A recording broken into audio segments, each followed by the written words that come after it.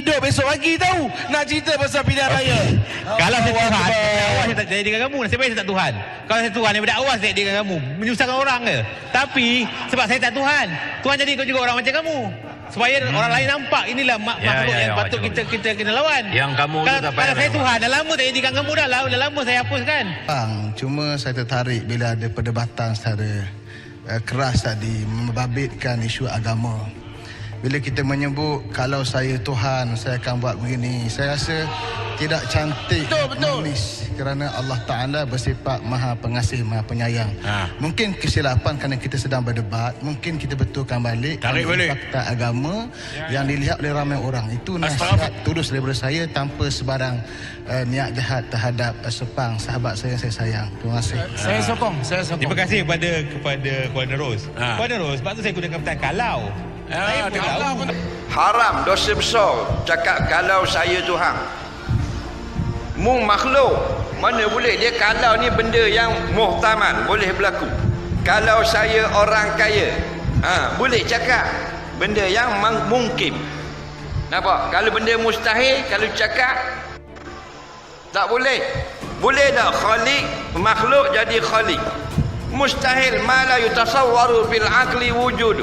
Perkara yang tidak dapat kita terima dengan akal kita. Patut haram bercakap kalau saya Tuhan. Kalau mengaku Tuhan, kafir laknat selalu dah. Kalau buat cakap saja, perbuatan itu dosa besar. Setiap sen berharga. Ada orang kata kita dah janji. Nabi pun sallallahu alaihi wasallam pernah nak buat umrah. Bawa para sahabat daripada Madinah nak pergi ke Mekah. Dah janji dah nak buat umrah dah. Tapi dihalang. Sampai Hudaibiyah tak dapat Nabi. Apalah janji manifesto yang dibuat oleh manusia biasa. Ada menteri pula kata Nabi pun tak tunai janji.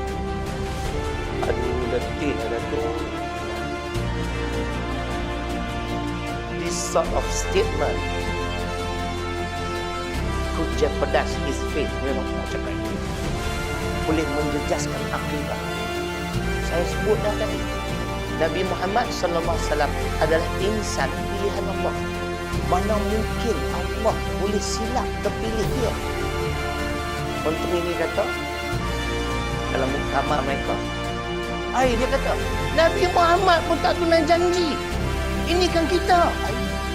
Dia pun tengok, tak mana Nabi tak tunai janji? Nabi membawa 1,500 orang sahabat untuk menunaikan umrah. Tetapi bila sampai di Hudaibiyah, musyrikin tidak membenarkan mereka masuk. Nabi pulang dengan penuh kehampaan. Tengok, Nabi pun tak tunai janji. Betul kan tuan-tuan? Tuan-tuan, itu bukan soal tak tunai janji. Itu dihalang. Bila terhalang atau dihalang, Allah nak ajar orang yang menunaikan umrah bagaimana nak tahlul. Tahlul ni makna melepaskan diri. Kan? Lawan pada tahlul, bahlul. Dia ingat bila terhalang, Datuk dia boleh balik menyentuh sesuka hati. Tak boleh. Kan? Dah pakai ihram. Nawatu umrata wa ahramtu biha lillahi ta'ala. Di Hudaibiyah. Ada masjid kan? Di Tanaim ada masjid. Di Jaranah ada masjid. Niat ada masjid tu. Selepas solat tahiyat masjid. Pulang ke Mekah untuk tawaf sa'i dan juga bergunting. Dapat satu umrah. Ini mereka datang pada Madinah 1,500 orang. Tak dibenarkan memasuki kota Mekah untuk menunaikan umrah.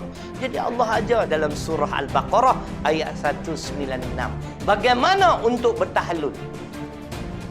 Apabila terhalang atau dihalang, maka bayar dam tuan-tuan di tempat yang terhalang. Seekor kambing. Baru boleh tahlul. Makna tahun depan datang untuk tawaf. Lepaslah pantang larang tadi.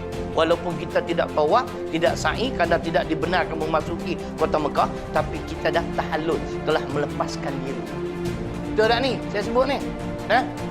Kau ingat aku cerai ke? Aku 2 kali dah buat haji. Dia boleh kata Nabi pun tak tunai janji. Orang-orang yang tidak menunaikan janji apa yang disebut oleh Nabi. Tanda munafik 3 perkara. Apabila bercakap dia berdusta. Apabila berjanji dia mungkir janji. Apabila diberi amanah dia mengkhianati amanah. Beranikah tuan-tuan dan puan-puan mengatakan Nabi munafik? Karena tidak menunaikan janji. Dia Allah acknowledge Nabi dalam surah Al-Qalam surah ke-68 ayat 4. Wa innaka la'ala khuluqin azim. Akhlak yang paling mulia dia. Supaya menjadi contoh. Laqad kana lakum fi rasulillahi uswatun hasanah. Al-Ahzab ayat 21. Allah acknowledge, Allah puji Nabi ini akhlak paling baik. Contoh pada umat manusia. Tiba-tiba dia pun tak kena jadi Nabi. Wah. Saya dipahamkan menteri tersebut telah menarik balik kenyataan itu. Lepas tu tuan-tuan, soal agama, kalau kita tak tahu, jangan tunjuk pandai. Kita juga kena ingat dalam kita mengecam mereka yang datang karena tekanan kezaliman di negara mereka. Kita lupa 3 juta lebih orang Islam menjadi pelarian di Eropah sekarang. Lebih 1 juta dilindungi di Jerman. Bahkan di Jerman, bila mereka daftar saja sebagai pelarian, diberi pelindungan roti kapadia aur makan, yaitu makanan, tempat tinggal dan pakaian disediakan. Di Sweden, Finland dan sebagainya. Sebab itulah dalam kita mengecam hal pelarian ini, kita kena jaga kategori-kategori pelarian itu. Jangan dianggap kita ini lupa sejarah. Jangan kita dianggap bahawa kita lupa Islam itu ditegakkan oleh para pelarian.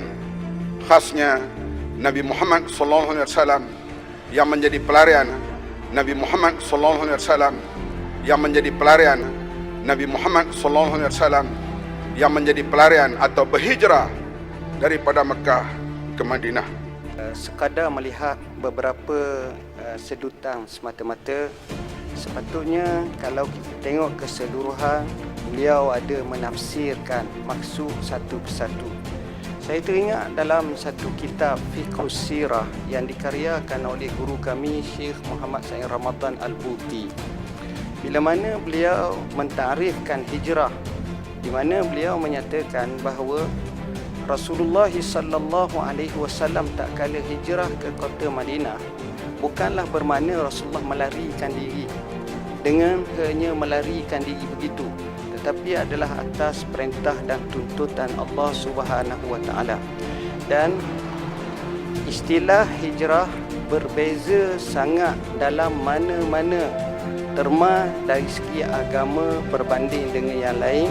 InsyaAllah saya akan bagi buku yang saya karyakan berkenaan dengan hijrah ini. InsyaAllah. Wallahu a'lam. Terima kasih Yang Menteri.